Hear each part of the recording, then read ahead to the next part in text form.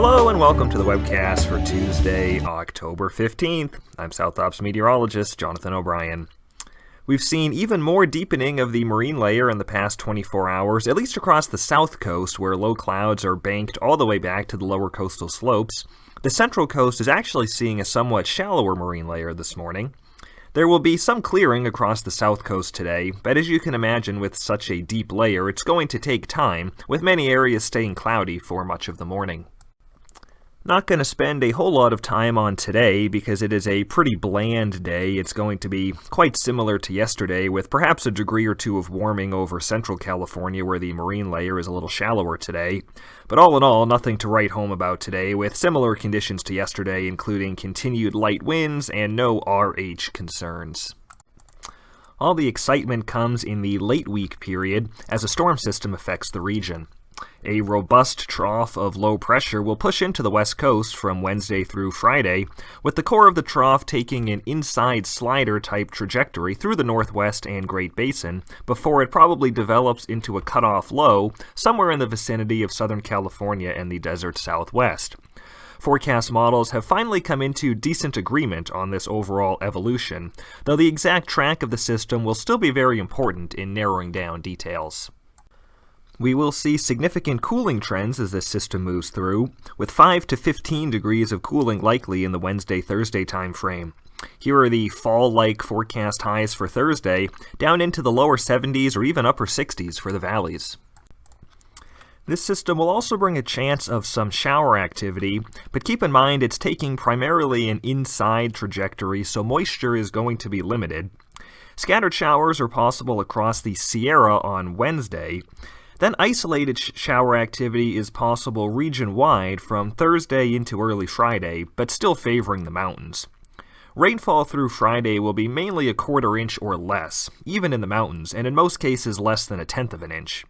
There will also likely be patchy marine layer drizzle across the south coast during the overnights and mornings, which could add up to a tenth to locally quarter of an inch in some areas.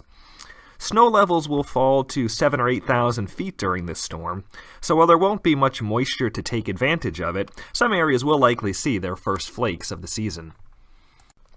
The biggest story with this system, though, will be the wind.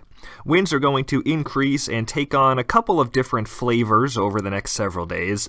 Initially, we will see a significant increase in westerly winds as that trough moves through.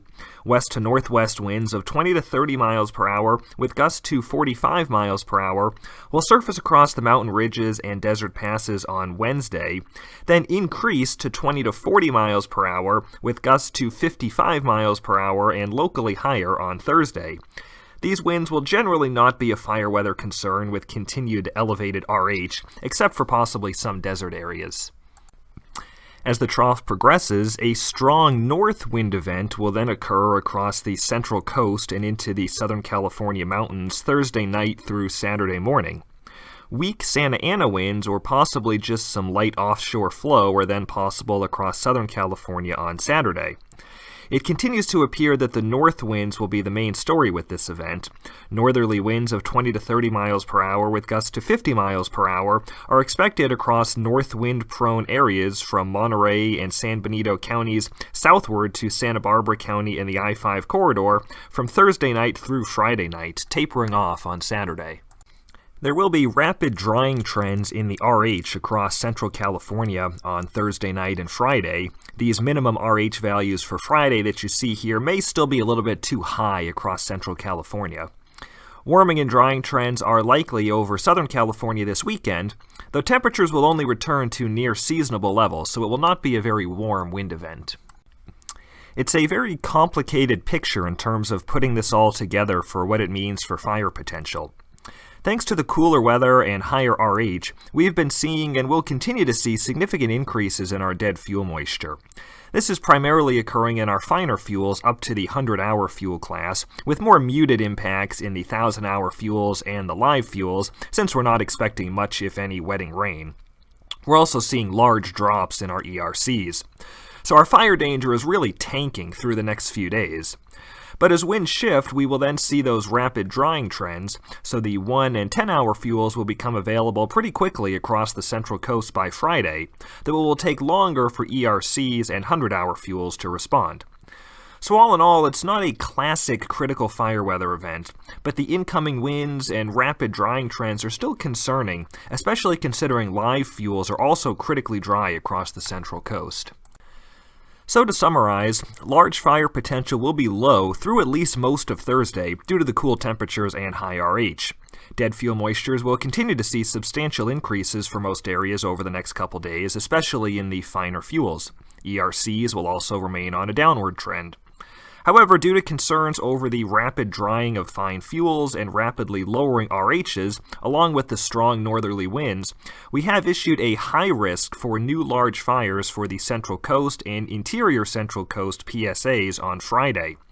Friday is the only day designated as high risk, but some concerns are possible both late Thursday and through early Saturday before the winds taper off.